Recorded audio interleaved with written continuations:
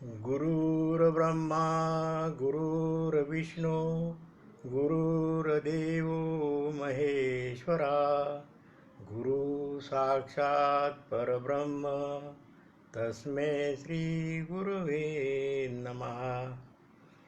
वसुदेवसुतं देवं कंसचानूरमर्दनं देवकी परमानंद कृष्णं वंदे जगद्गुरु. कृपा कटाक्षाची मोहसमुद्राचे आटणे घडी जय त्या श्रीकृष्णे नमो ज्ञानेश्वरा निष्कलंका जयाच्या वाचिता टीका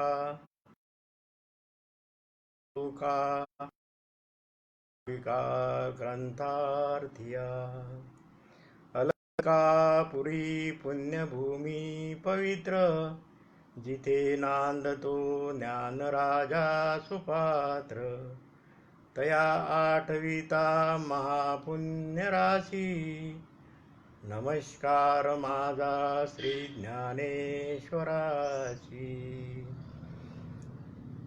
सद्गुरुनाथ महाराज की जय. प्रज्ञाचक्षु ज्ञानेश्वर कन्या संत श्रेष्ठ श्री गुलाबराव महाराज की जय. जय जय रघुवीर समर्थ. आज आपण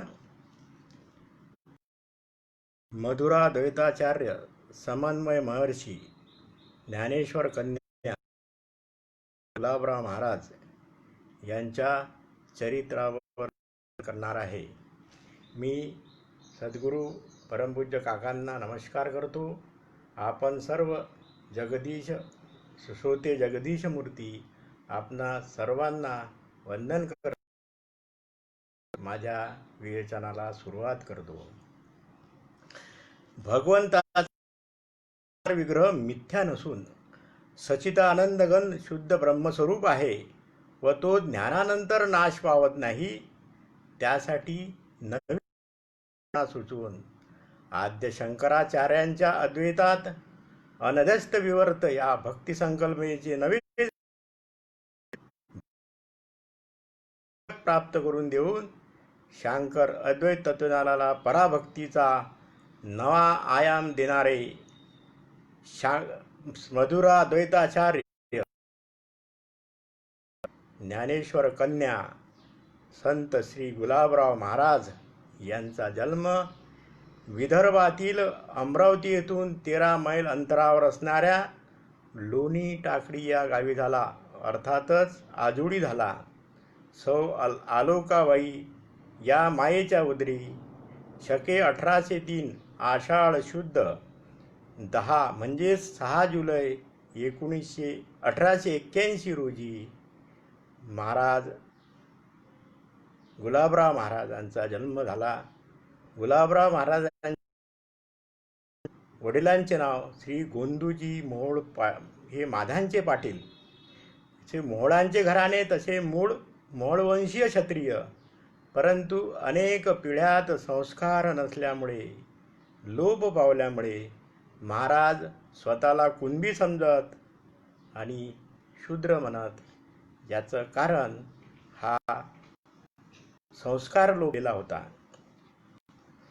महाराज 4-5 महिन्याचे असतील किंवा असताना ते माधान येथे आजोळवून परत आले, अर्थात लोणीवरून परत आले. महाराजांचे डोळे पाणीदार होते, सावळा वर्ण होता, सरळ नासिका होती, लोभसवने पाटावे असे पृष्ठ, गोंडस बाळशेदार शरीरयष्टी होती. असे महाराज सर्वांना हवेहवेसे वाटायचे. महाराजांकडे सर्वच आकर्षित व्हायचे. ईश्वर योजना काही वेगळीच असते. संतांच्या जीवनात काय घडणार हे आपल्याला माहीत नसतं, परंतु ईश्वराला ते सर्व माहीत असतं. आणि नेमकं झालं तेच. महाराजांचे डोळे आले. त्या काळी डोळे येण्याची साथ असायची. 4-5 दिवसानंतर डोळे येणे, ते डोळे दुरुस्ती व्हायचे. परंतु योगायोग असा झाला की कुणी बाईंनी भलतेच औषध डोळ्यात टाकले आणि महाराजांची दृष्टी गेली, चर्मचक्षू गेले, बाह्य दृष्टी गेली, परंतु चिन्मय दृष्टी प्राप्त झाली महाराजांना. प्रज्ञाचक्षू कायमचे उघडले गेले, अंतर्दृष्टी उघडली. आणि समर्थ म्हणतात, अंतर्निष्ठ तेवढे तरले, अंतर्भ्रष्ट तेवढे बुडाले. म्हणून अंतर्दृष्टीमुळं महाराजांना सर्वच दिस. लहान महाराजांना चतुर्भुज मूर्तीचं दर्शन झालेलं होतं. एक वेळचा प्रसंग सांगतात, ज्यावेळेस ज्ञानेश्वर आळंदीला गेले, त्यावेळेस सभा मंडपात बसले होते. माऊलींच्या समाधीचे स्नान चालू होते. अशा वेळेस कुणातरी भक्ताची अंगठी त्या समाधीला रुतत होती आणि ते महाराजांना सभा मंडपात राहून दिसले. याचा अर्थ महाराजांची दूरदृष्टी, प्रज्ञाचक्षू होते हे आपल्या लक्षात येते. महाराजची वृत्ती आनंद वृत्ती होती. मान हलवणे, चुटक्या, स्वतःभोवती फिरणे, ओरडणे, स्वतःत रंगून जाऊन इतरांना रंगवणे, हा महाराजांच्या लीला त्या ठिकाणी चालू होत्या. महाराज 4 वर्षाचे झाले त्यावेळेस बहीण सुद्धा झाली, परंतु ती वाचली नाही. या बाळांपणातच आई गेली आणि महाराज मातृसुखाला पारखे झाले. अर्थातच पुढील संगोपन, कारण महाराज आंधळे होते, कोण करणार सांभाळ त्यांचा, म्हणून त्यांना आजोळी पुन्हा लोणी टाकडी येथे पाठवण्यात आले. आणि त्या आजीने मायेने तिला बाई बाई म्हणत तिने महाराजांचे सर्व हट्ट पुरवले. महाराज लौकिक परिचय, कारण चिन्मय दृष्टी प्राप्त झालेली होती, प्रज्ञाचक्षु ऋतंभरा प्रज्ञा प्राप्त झालेली होती. त्यामुळे महाराजांचा वेगवेगळे अनुभव लोकांना येऊ लागले. कधीकधी बांगड्यांच्या आवाजावरून ते स्त्रियांचे नाव ओळखायचे, जोडव्यांचे नादावरून भविष्य सांगायचे, सौभाग्य जाणायचे. लहानपणीच महाराजांना चतुर्भुज मूर्तींचे दर्शन होत असे. जेवण करताना ते त्या छोट्याशा मूर्तीला जणू आपण घास चारत आहोत अशा प्रकारचा भाव त्यांच्यामध्ये येत होता. तशी ते कृती करत होते. महाराजांना याचा अर्थ चतुर्भुज कृष्ण मूर्तीचे दर्शन त्यात अर्जुनाला झाले, विराट दर्शन, तसेच दर्शन महाराजांना सुद्धा झालेले होते. यावरून आपल्या लक्षात येईल की महाराजांची उच्च कोटीची आराधना किती असेल. वयाचे 8वे वर्षी महाराज पुन्हा मादाने येथे परत आले आणि त्यावेळेस सावत्र आई आणि आईचा त्रास त्यांना सोसावाच लागलाच. म्हणून तुकाराम महाराज जे म्हणतात, पाहता जेव्हा पुढे दुःख पर्वता एवढे, संतांच्या चरित्रात तर दुःख जास्त, पण तरीही संत आपल्या परमार्थाला कधीही सोडत नाहीत. महाराजांना शाळा प्राप्त झालीच नाही, कारण आंधळे होते. मग त्या ठिकाणच्या पंतुजींनी त्यांना तोंडी पाढे, हिशोब एवढाच शिक्षणाचा संस्कार दिला. ते लक्ष्मण बोट जोशीकडे जायचे आणि त्या ठिकाणी शास्त्र, पुराण, स्तोत्र, पठण, शिवलीलामृत, व्यंकटेश स्तोत्र त्यांच्याकडून म्हणून आपण ते ऐकायचे. एक वेळ ऐकलं की त्यांना पाठ व्हायचं. महाराज एक पाठी होते. महाराज कधी कधी खेळायला सीतारामजी भुयार यांच्याकडे जात असत. सीतारामजी भुयारांची नात अर्थात आखदवाडा येथील सारजाबाई आणि गणाजी भुयार यांची कन्या आजोळी येत होती. आणि आजोळी आल्यानंतर त्यावेळेस महाराजांचे वय 7-8 वर्षांचीच होते. आणि त्या ठिकाणी त्यांची नात येत असे. त्यावेळेस महाराजांना आजीने गमतीने म्हटले की एका बुक्कीत जर नारळ फोडला तर तुला ही मुलगी देईल. आणि योगायोग त्याच मुलीशी महाराजांचे लग्न झाले. ते लग्न 7 मार्च 1893 अर्थात महाराज त्यावेळेस 12 वर्षाचे. आणि मायबाई ज्या होत्या त्यांना मनकिरणाबाईंना मायबाई म्हणत असत, 9 वर्षाच्या.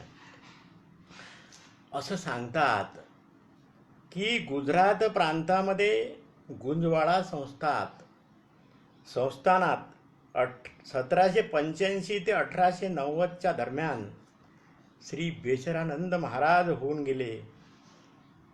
मोठे तपस्वी होते. आणि त्यांचा शिष्य जोमा हे दोघंही त्या ठिकाणी राहत होते.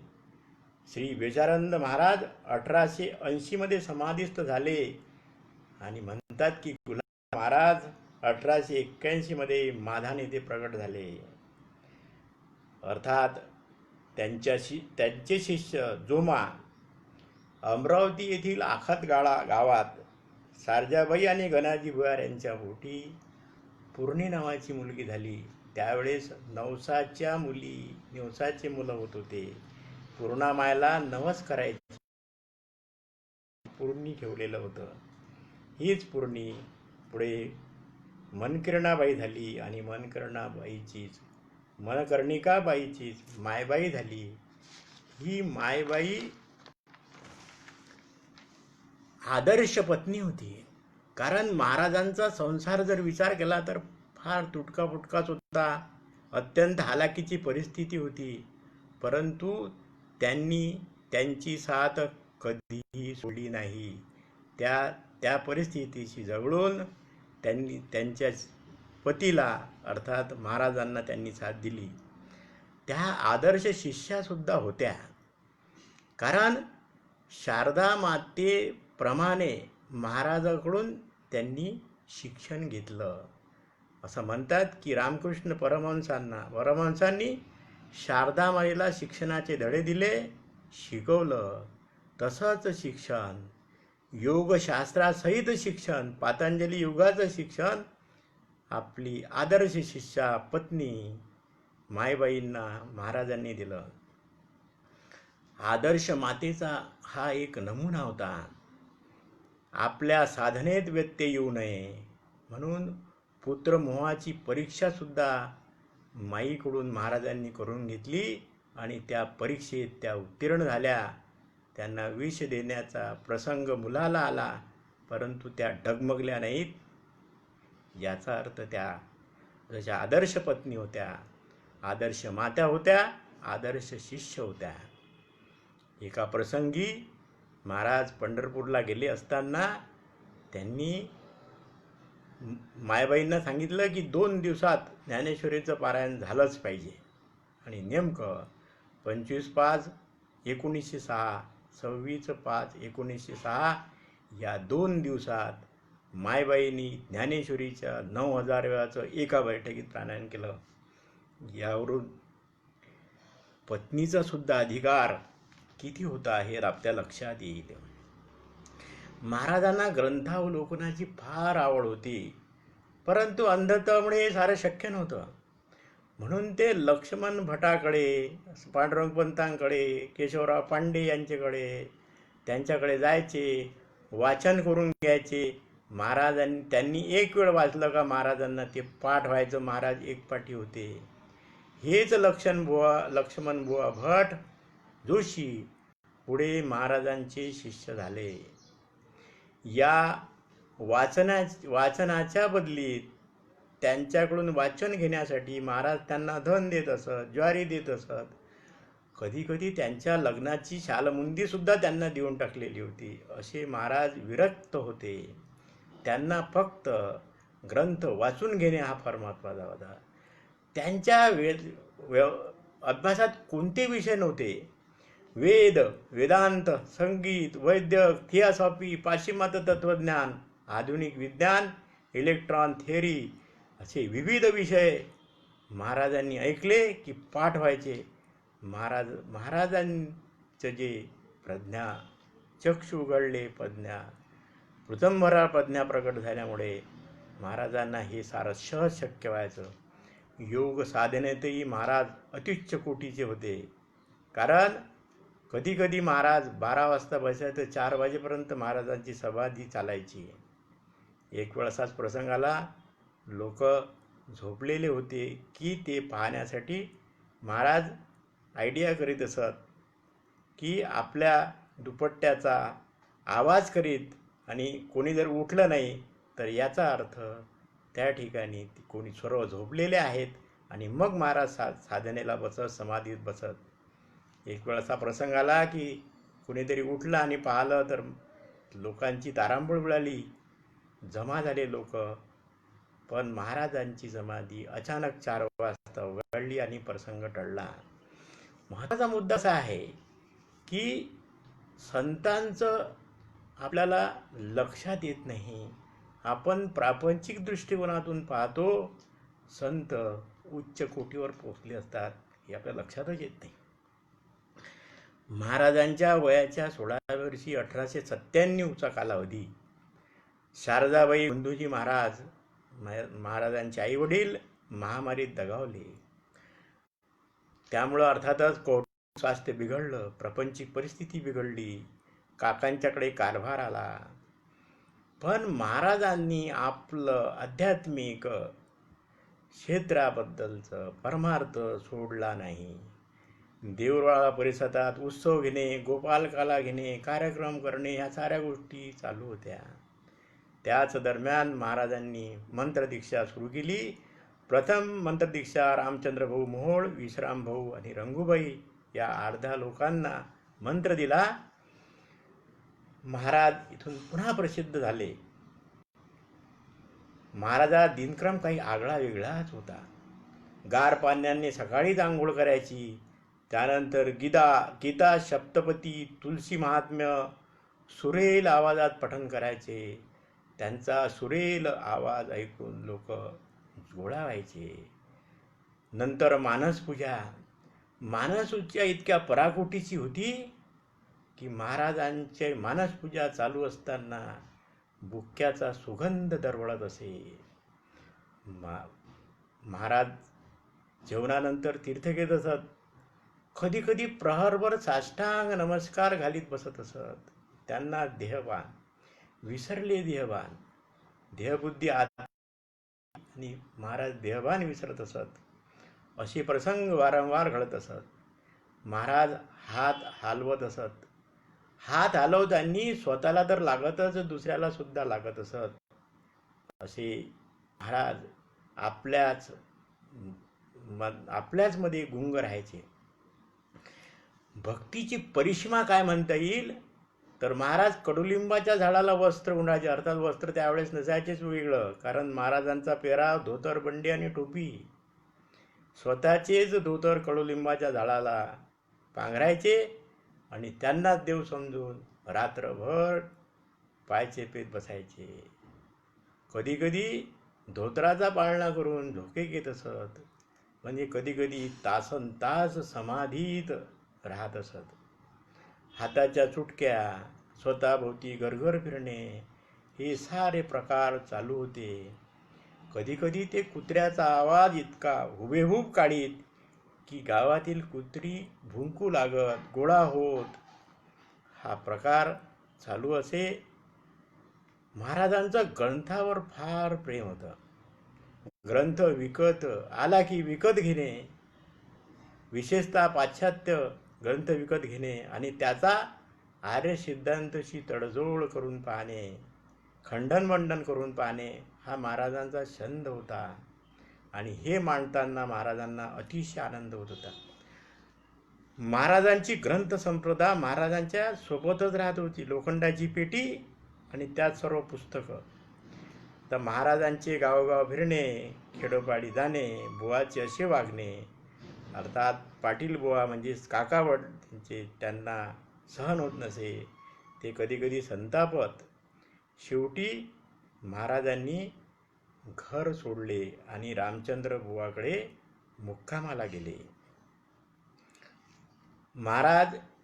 महाराजांना 1901 मध्ये प्रत्यक्ष माऊलीचा अनुग्रह भेटला.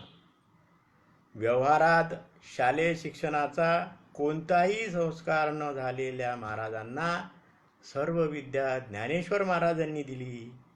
म्हणून महाराज म्हणतात, मला माझ्या ज्ञानेश्वर माऊलींनी मांडीवर घेतले, कृपा कटाक्ष निहाळले, माझी पात्रता पाहिली नाही. मला माऊलींनी माझी माऊलींना करुणा आली आणि आपल्या स्वनामाचा मंत्र दिला.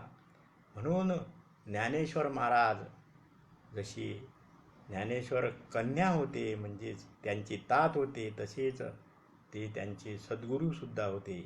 सद्गुरूंनी आणि तात एकत्र नातं महाराजांचं ज्ञानेश्वर माऊलींशी होतं. संजीवन समाधीपूर्वी जे प्रेम नामदेव केले, तेच प्रेम समाधीनंतर नाथ महाराज आणि गुलाबराव महाराज या दोघांवर केल्याचे अशी नोंद आहे. नाथ महाराजांना कामानिमित्त आपणा सर्वांना माहीतच आहे की अजान वृक्षाच्या मुळ्या समाधीला बोचत होत्या आणि त्या काढण्यासाठी म्हणून नाथ महाराजांना दृष्टांत दिला. परंतु गुलाबराव महाराजांना तल्य प्रेमाने दृष्टांत दिला, कारण जवळ मांडीवर बसून मंत्र दिला. म्हणजे महाराज आपला अनुभव सांगतात, माझा सद्गुरू करुणा निधान, आळंदीपती कल्याण निधान, जेने आपुलिया नामाचा मंत्र देऊन कृतार्थ केले मजला. त्या साच कराव्या निजवचना, न देखून मम पात्रपणा, अंकी घेऊन सांगितल्या स्वनामाच्या. म्हणजे माझी पात्रता पाहिली नाही, माझं शिक्षण पाहिलं नाही, मी आंधळा होतो, तरीही महाराजांनी आपल्या स्वनामाच्या खुणा मला दिल्या. याचा अर्थ हा जो प्रत्यक्ष अनुभव महाराजांची जीवन कार्याची दिशा ठरवणारा ठरला. महाराज इथून आमूलाग्र बदलले. महाराजांची भटकंती चालूच होती. महाराज मग राजाराम देशमुखाकडे शिरसगावला गेले. शिरसगाव येथे महाराजांचा विद्या वासंग वाढत गेला. अनेक विषयावर चर्चा होत. भागवत चर्चा, अमृतानुभव, ज्ञानेश्वरी ग्रंथ वाचन, निरूपण, कीर्तन हे कार्यक्रम सतत चालायचे. परमार्थ प्राप्तीची परमोच्च क्षणी महाराजांची सांसारिक स्थिती, प्रापंचिक स्थिती अत्यंत हालाकीची झाली. काकांच्या कृपेने मिळणारे थोडेसे धान्य, मागून आणलेले तेलमीठ, अंगावर धड वस्त्र नाही, तरीही मनकर्डाबाईंनी कोणताही शब्द न काढता हा संसार केला. महाराजांचा संसार अत्यंत फाटका होता. महाराज खेड्यातून शहराकडे आले. हरिभाऊ केवले, मुडे मास्तर, खापर्डे, भांडारकर इत्यादी विद्वान मंडळीशी महाराजांचा संपर्क आला. सिद्धांताचे श्रेष्ठत्व सिद्ध करण्यासाठी महाराज लेखन करू लागले, चर्चा करू लागले.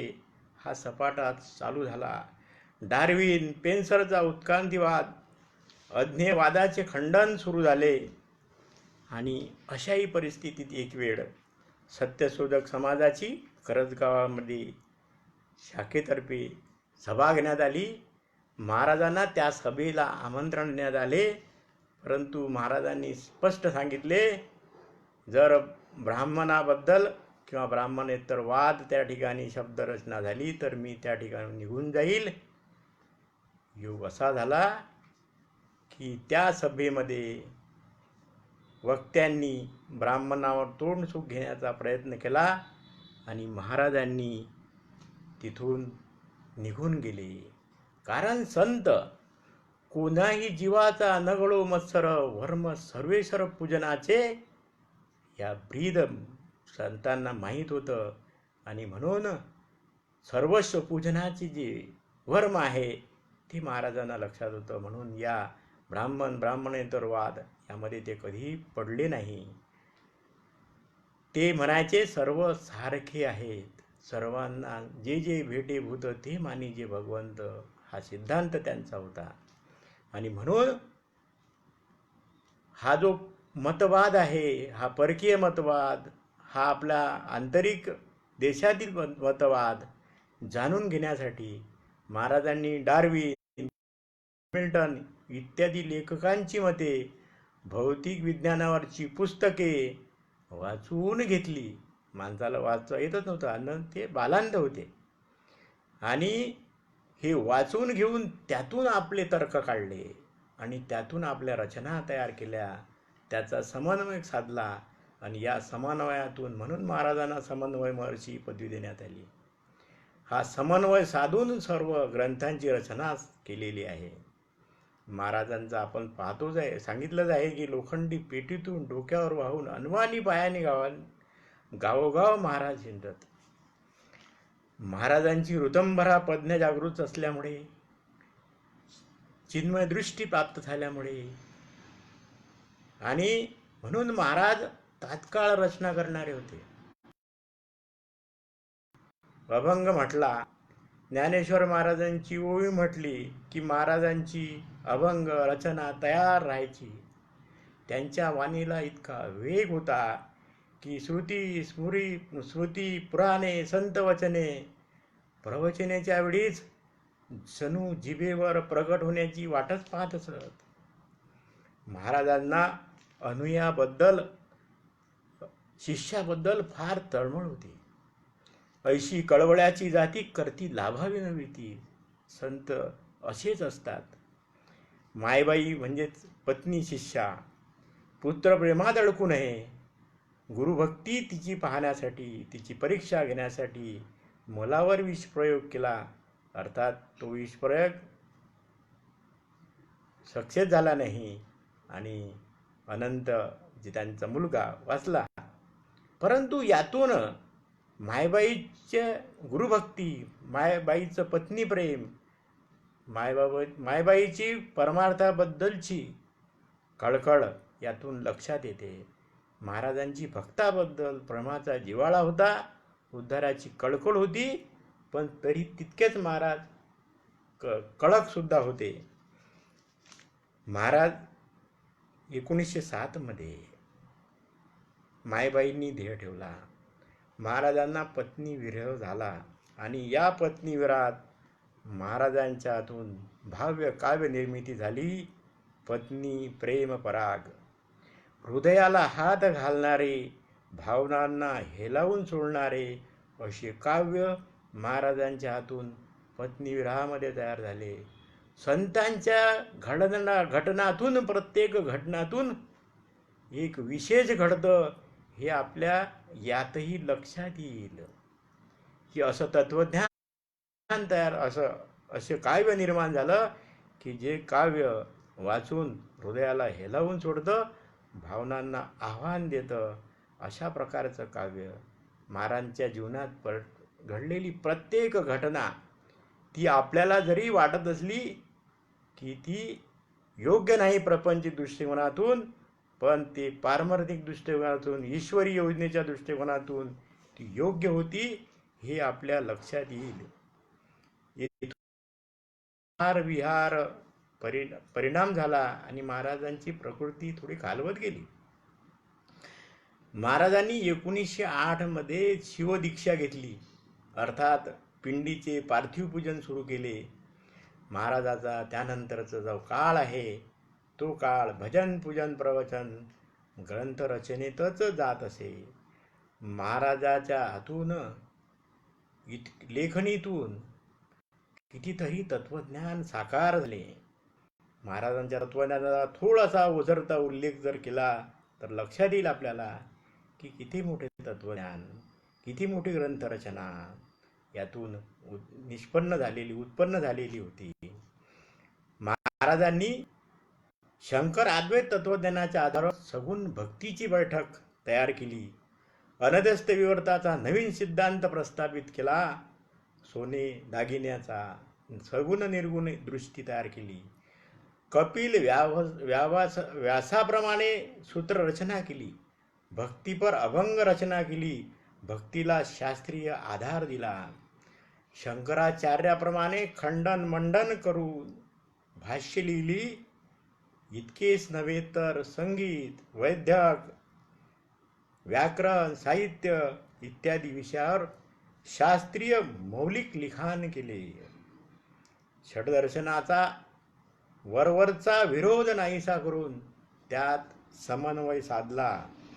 आर्य, अनार्य, द्रविड हा जो प्राचीन वाद होता तो महाराजांनी खोडून काढला. आर्य 3000 पूर्वी इथेच होते, ते बाहेरून आलेले नाही हे त्यांनी शास्त्राप्रमाणे शास्त्राच्या आधारावर आपल्याला समजून सांगितले. पाश्चिमात्य तत्त्वज्ञान आणि भारतीय तत्त्वज्ञानाचा तुलनात्मक अभ्यास करून त्या तर्क निकषावर आर्याचं श्रेष्ठत्व सिद्ध त्यांनी केलं. इतकेच नव्हे तर मानवी जीवनाशी संबंधित अनेक विषय महाराजांनी हाताळले. त्यांची हाताळण्याची कसोटी पाहून, त्यांच्या ग्रंथसाठा पाहून महाराजांना नचिकेळकर साहित्याचा ज्ञानकोश मानतात. महाराजांचे 139 ग्रंथ आणि 7000 पृष्ठांचे काव्य संस्कृत, प्राकृत, हिंदी भाषावर त्यांचे प्रभुत्व होते. महाराज स्वतःला ज्ञानेश्वर कन्या समजत होते. महाराज जरी पुरुष होते तरी त्यांचा भाव गोपी भाव होता आणि म्हणूनच महाराजांनी कृष्ण पत्नी म्हणून स्त्रीत्व स्वीकारलेलं होतं. पिता वडील म्हणून ज्ञानेश्वर महाराज आणि ज्ञानेश्वर महाराज ज्ञानेश्वर कन्या म्हणूनच वात्सल्य प्रेमानंच संजीवन समाधीत मांडीवर बसून अनुग्रह मिळणारे असं पूर्णावतार म्हणता येईल गुलाबराव महाराज. त्यांना तोड नाही. म्हणून महाराजांनी आपले मंदिरं कुठेही बांधले नाही, तर माऊलींचे मंदिरं, विठ्ठलाचे मंदिरं बांधले आणि त्या मंदिराच्या खाली आपलं स्थान ठेवलं आणि सांगितलं की पित्याचा भार, माऊलींचा भार मी डोक्यावर वाहील सदोतीच. म्हणून मंदिराची जर आपण रचना पाहिली तर आपल्या लक्षात येईल, खाली महाराजांची समाधी आणि वर ज्ञानेश्वर महाराजांची स्थापना, त्या ठिकाणी मंदिरं तयार झालेली आहेत. महाराजांचा गोपिका भाव होता. श्रीकृष्णाबद्दलचा जो गोपिकेचा भाव होता, जो प्रेम भाव होता, तसाच भाव महाराजांचा होता. गोपिकांची भक्ती जशी होती श्रीकृष्णांबद्दलची, तशीच भक्ती महाराजांची होती.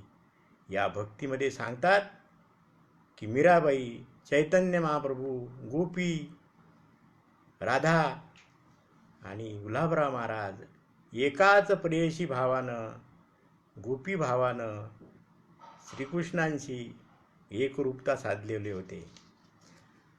राधा कृष्णासाठी हा त्यागाचा पहिला नमुना म्हणता येईल, तर मीरा ही दुसरा नमुना म्हणता येईल. पराकोटीची आराधना, पराकोटीचा त्याग. राधा संसारी होती, मीरा राजपत्नी होती, पण तरीही मेरे तू गिरधर गोपाल दुसरा न कोई, ही एकरूपता, हा प्रेयसी भाव, हा परिपूर्ण स्वतःला त्यागाने सोडून एकरूप करण्याची त्यांची आराध्या पतीची असणारी भाव उत्कट होता. महाराज म्हणजेच गुलाबराव महाराज आणि महाप्रभू हे परिपूर्ण एकरूपता साधण्यासाठी पती पत्नीचे नाते जोडले, कारण तेच नातं श्रेष्ठतम आहे असं महाराज म्हणत. कारण एकमेकात जर प्रवेश करायचा असेल तर पत्नी आणि पती हेच एक नातं आहेत. दुसरे नाते आपण जर समजा या दुसऱ्या नात्याबद्दल विचार केला तर ते नाते तेवढे नाहीत जेवढे पती पत्नीचे आहेत. म्हणून पातळीवरची जी ओढ आहे गोपींची, तीच ओढ महाराजांची होती. महाराजांचा पेहराव जसा चैतन्य महाप्रभूंचा पेहराव सुद्धा स्त्री पेहराव होता. महाराजांचा पेहराव सुद्धा स्त्री पेहराव होता. महाराज दागिने घालत असत, मंगळसूत्र सुद्धा महाराजांना होतं. सर्व महाराज पत्नी वेशातच राहत असत आणि स्वतःला श्रीकृष्ण पत्नी म्हणून घेत असत. कधीकधी आपण हा वात्सल्य भाव, हा प्रेम भाव लक्षात घेत नाही आणि आपल्यामध्ये प्रपंचिकामध्ये विकार निर्माण होतात. गोपींचा भाव हृदय भाव होता हे आपल्या लक्षातच येत नाही. कारण गोपींचं वय आणि कृष्णाचं वयात वय याच्यात अंतर होतं. गोंडस मुलाबद्दल जो वात्सल्य भाव होता, आईचा असतो, स्त्रीचा असतो, तो वात्सल्य भाव या गोपिकांचा होता हे आपल्या लक्षात येत नाही. गोपी वासनेने जरी आल्या तरी भगवंताचा स्पर्श होताच त्या निष्कलंक व्हायच्या. कारण निष्कलंकाशी सोबत असल्यानंतर मनुष्य कलंकित कसा राहील. आणि म्हणून त्यांचं हृदय, त्यांच्या हृदयातले पाप, मनातले विकार जळून जात होते. राजक्रीडा सुद्धा ही हृदय पातळीवरची होती हे आपल्या लक्षातच येत नाही. प्रेमाचं, भक्तीचं स्वरूप आपण जोपर्यंत समजून घेणार नाही तोपर्यंत आपले हे विकार लक्षात, आपल्याला हे विकार आणि हे विचार आपले असेच राहतील.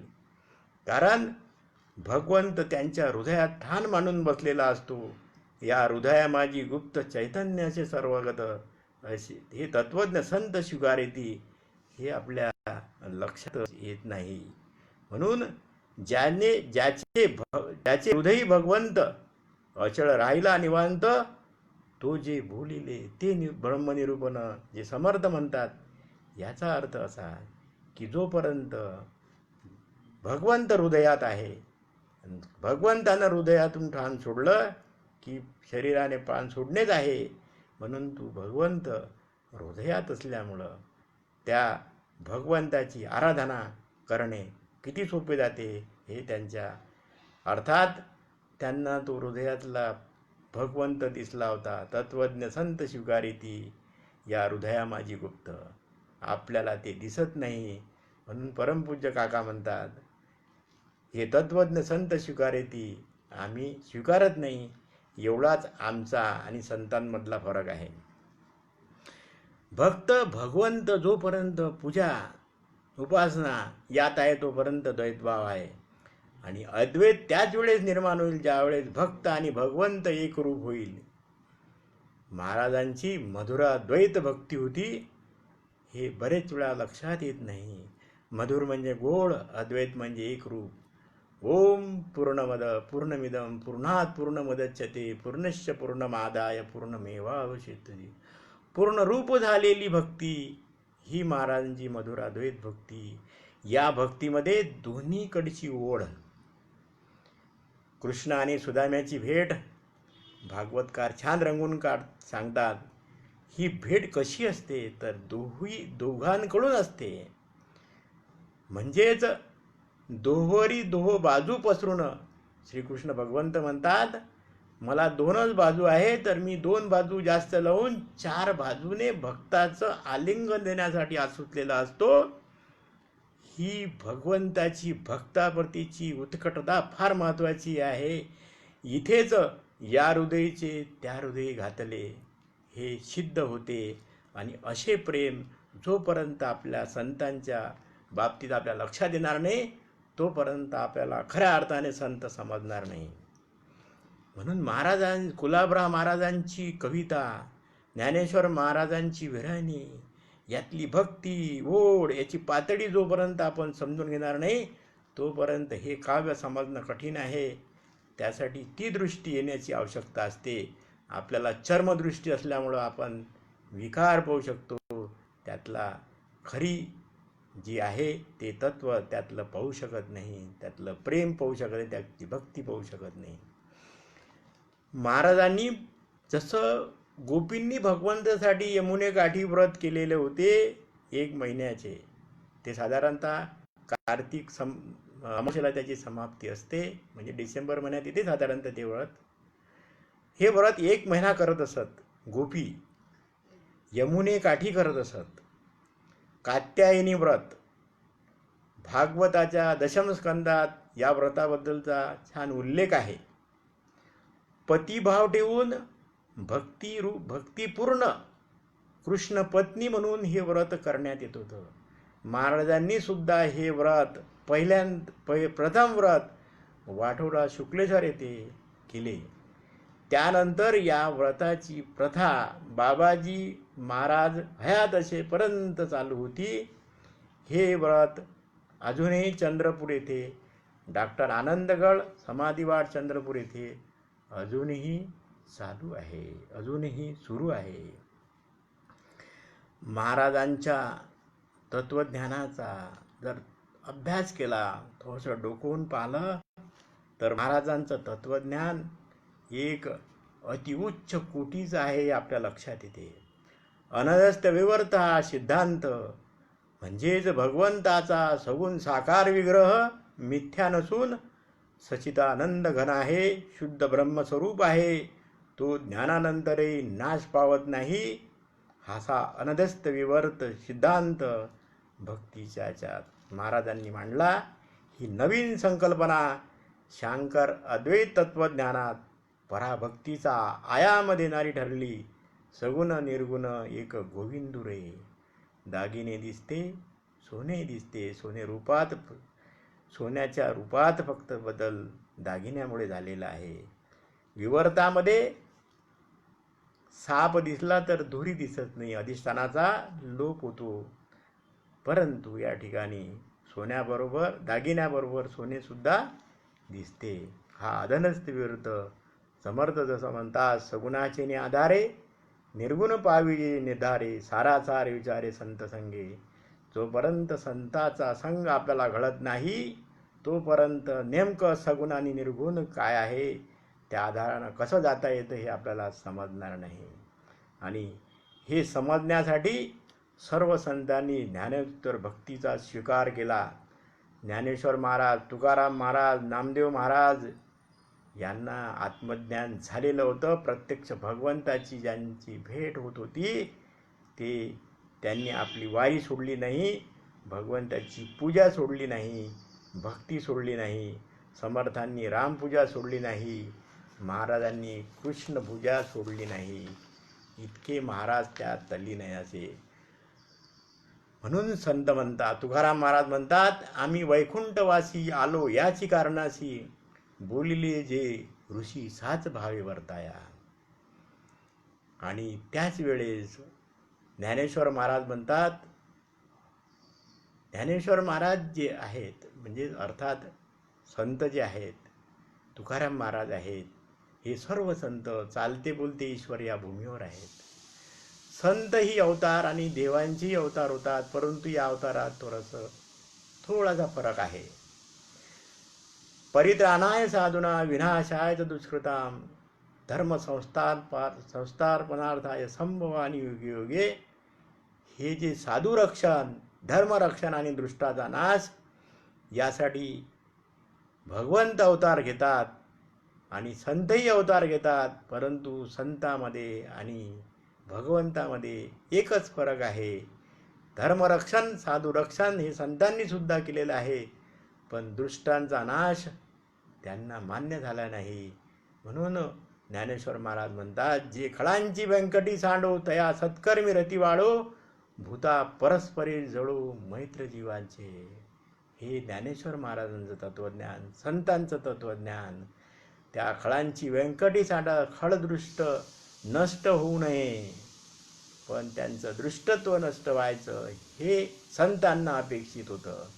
आणि हे संतांनी करून दाखवलं. त्यांच्या सर्व संतांच्या आपण जर मागोवा घेतला चरित्रांचा तर आपल्या लक्षात येईल, सर्व संतांनी खळांची व्यंकटी आणण्यासाठी प्रयत्न केले, खळांना नष्ट करण्याचा प्रयत्न केलेला नाही.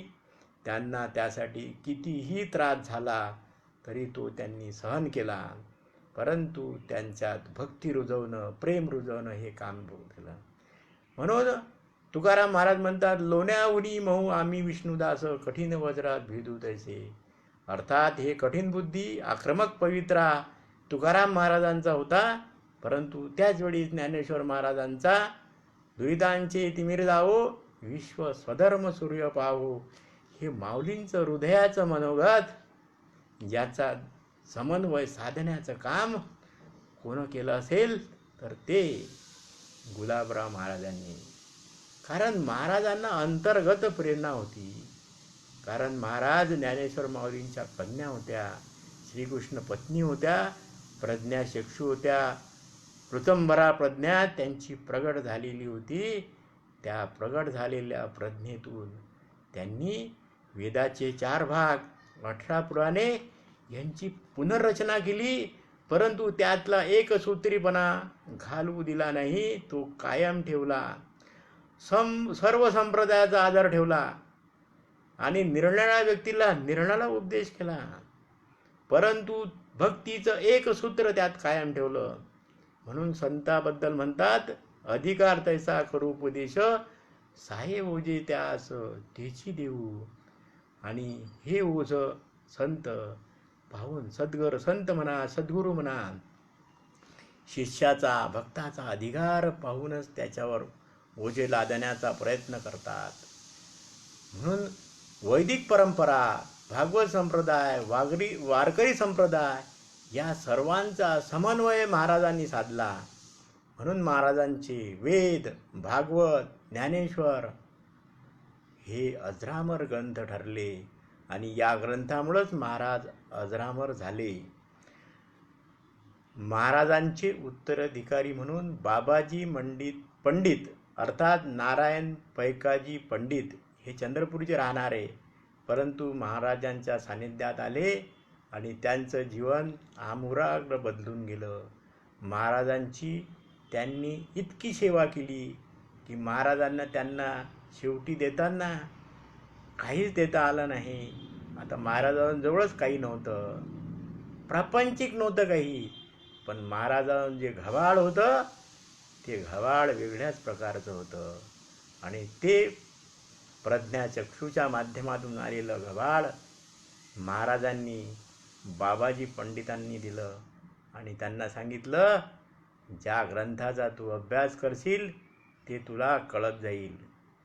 आणि इतकं ज्ञान नंतर बाबाजी पंडित उत्तराधिकारी असेपर्यंत सर्व ग्रंथांची रचना ते सर्व त्यांनी केलं. बाबाजी पंडितांनी सुद्धा भावार्थ ज्ञानेश्वरी लिहिली. ती ज्ञानेश्वरीसुद्धा फार सुंदर आकलन करण्याजोगी आहे. आणि हेच बाबाजी पंडित महाराजांबद्दल लिहितात की ज्ञानेश्वर महाराजांनी जी ओवी लिहिली ती ओवी गुलाबराव महाराजांसाठीच लिहिलेली असावी असं त्यांना वाटतं. आणि ती ओवी म्हणजे, तैसी दशेची वाट न पाहता, वैसाची या गावा न येता, बाळपणी सर्वज्ञता वरी तया ते. महाराजांचं चरित्राचा अभ्यास केला तर आपल्या लक्षात येईल की महाराजांना सर्वज्ञान होतं का. महाराजांचे डोळे आंधळे होते, बालांध होते, शाळेत गेले नव्हते, तरीही जन्मजात सिद्धता महाराज विद्वत्ता महाराजांना होती. ती कोणाकडून होती तर ती बाळपणी सर्वज्ञता वरी तया ते माऊलींनी दिलेली होती. कारण माऊलींनी मांडीवर घेऊन प्रदान केलेली होती. म्हणून महाराजाबद्दल लिहिली जाते, मोटकी देहकृती उमटे आणि निजज्ञानाची पहाट पुठे, सूर्या पुढा प्रगटे प्रकाशू जैसा. महाराजांच्या तत्वज्ञानाचा थोडासा सारांश जर पाहिला तर आपल्या लक्षात येईल की भगवंताचे अवतार पांचभौतिक नसून चिन्मय असतात. कारण आपण पंचमहाभूतापासून असतो हे महाराजांनी समजावून सांगितलं. सगुण निर्गुण भगवंताची खरी रूपे असतात आणि ती खरी रूपे सगुण निर्गुण एक गोविंदू रे या माध्यमातून महाराजांनी समजून सांगितलं. केवळ व्यतिरेक ज्ञानी माणसांना समाधी व्यतिरिक्त काळी दुःख भोगावे लागतात. अर्थात प्रारब्धाचे भोग कोणालाही चुकत नाही. ती ईश्वरी योजनेनुसार आणि संचित प्रारब्धानुसार असतात. हे लक्षात घेतलं तर आपल्या लक्षात येईल. व्यवहार काळी देखील परमानंद प्राप्तीसाठी ज्ञानी पुरुष भक्तीचा आश्रय घेतात. कारण तुका म्हणे भक्तीचा आनंद परमानंद सागरी. कारण ज्ञानोत्तर भक्तीचा आनंद सर्व संतांनी घेतला. आपण पाहिलंच की त्यांनी भक्ती सोडली नाही.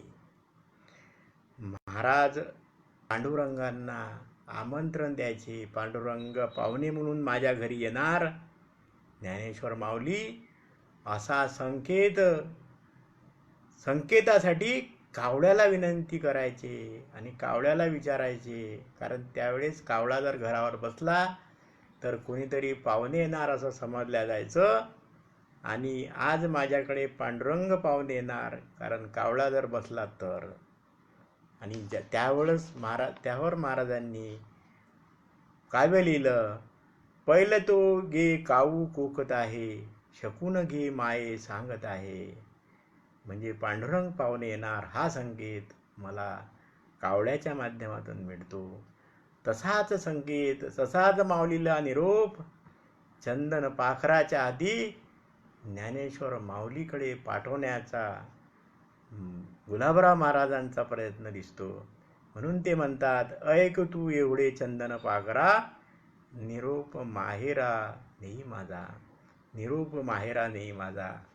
माझ्या माहेराला ज्ञानेश्वर माऊलीकडे माझा निरोप घे. महाराजांनी जवळपास 139 ग्रंथांची रचना केली. 7000 पृष्ठांचं काव्य लिहिलं. संस्कृत, प्राकृत, हिंदी भाषेवर महाराजांचं प्रभुत्व होतं. नवनवीन वृत्तांच्या रचना महाराजांनी केल्या. मानवी जीवनाशी संबंधित सर्वच विषयावर मतप्रदर्शन केलं. आर्य महर्षी यांचे सिद्धांत आधुनिक बुद्धिवादाच्या निकषावर तपासून पाहिले. त्याची अनिवार्यता पटवून दिली.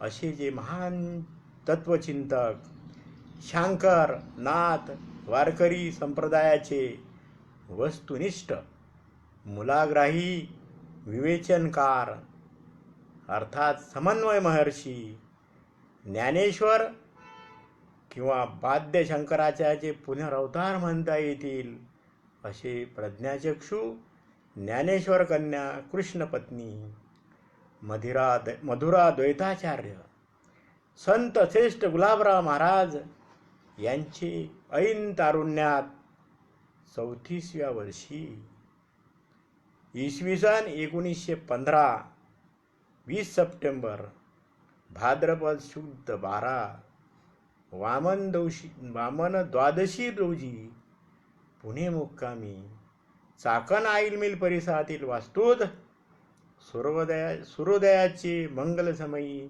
ब्रह्मपदी लीन झाले. असे प्रज्ञाचक्षू गुलाबराव महाराज आपणा सर्वांना सोडून गेले, ब्रह्मपदी लीन झाले. परंतु त्यांच्या ग्रंथांचा आपण जर सर्व मागोवा घेतला तर ते अजूनही, म्हणून समर्थ जे म्हणतात, पहा माझा ग्रंथ नीट सायुज्याची वाट सापडेल की. मी गेलो नाही हे लक्षात घ्या. तर मी आहे तर कशाच्या रूपानं आहे? ग्रंथांच्या रूपानं आहे. आणि या ग्रंथाची जर तुम्ही आकलन केलं तर मी त्यात सदोदित तुम्हाला सापडेल.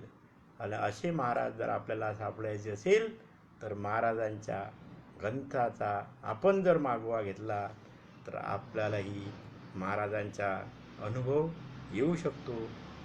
हे या आज महाराजांचं चरित्र सांगणं इतकं सोपं नाही, फार मोठं आहे. ते माझी बालबुद्धी तिथपर्यंत पोचू शकत नाही. पण थोडासा चिंतन मांडण्याचा मी प्रयत्न केला अल्पसा. तो प्रयत्न आपण शांत चित्ताने ऐकून घेतला आणि याबद्दल आपणा सर्वांचे आभार. संत समागम या माध्यमातून मला प्रवचनाची चिंतनाची महाराज संधी दिली, याबद्दल मी आपणा सर्वांचे आभार मानतो, आपल्या ऋणात राहू इच्छितो. जय जय रघुवीर समर्थ.